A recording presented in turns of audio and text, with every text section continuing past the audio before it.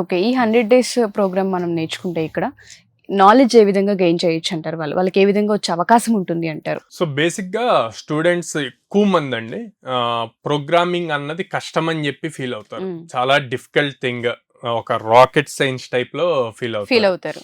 Even ఆ rocket science కనిపెట్టింది కూడా హ్యూమన్సే కదా. సో ఏది కష్టం కాదండి, మనం ఎలా బిలీవ్ చేస్తే మన బ్రెయిన్ ఎప్పుడు కూడా ఆ టైప్ లోనే ఇన్స్ట్రక్షన్స్ ఇస్తూ ఉంటుంది. సో మనం దాన్ని ఈజీ అనుకుంటే అది ఈజీ లాగే కనిపిస్తుంది, కష్టం అనుకుంటే కష్టం లాగానే. నేర్పించే ట్రైనర్, వీళ్ళు నేర్చుకునే విధానం అన్ని మీద డిపెండ్ అయి ఉంటుంది.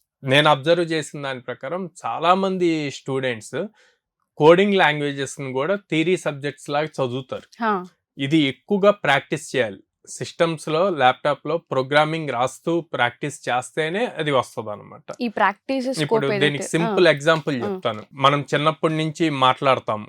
మాట్లాడటానికి పుట్టిన బేబీ 1.5 year వచ్చినప్పుడు తను మాట్లాడేటప్పుడు మనం ఏం రాయించాం, మనం మాట్లాడుతూ ఉంటే అబ్జర్వ్ చేసి తిరిగి మాట్లాడతారు.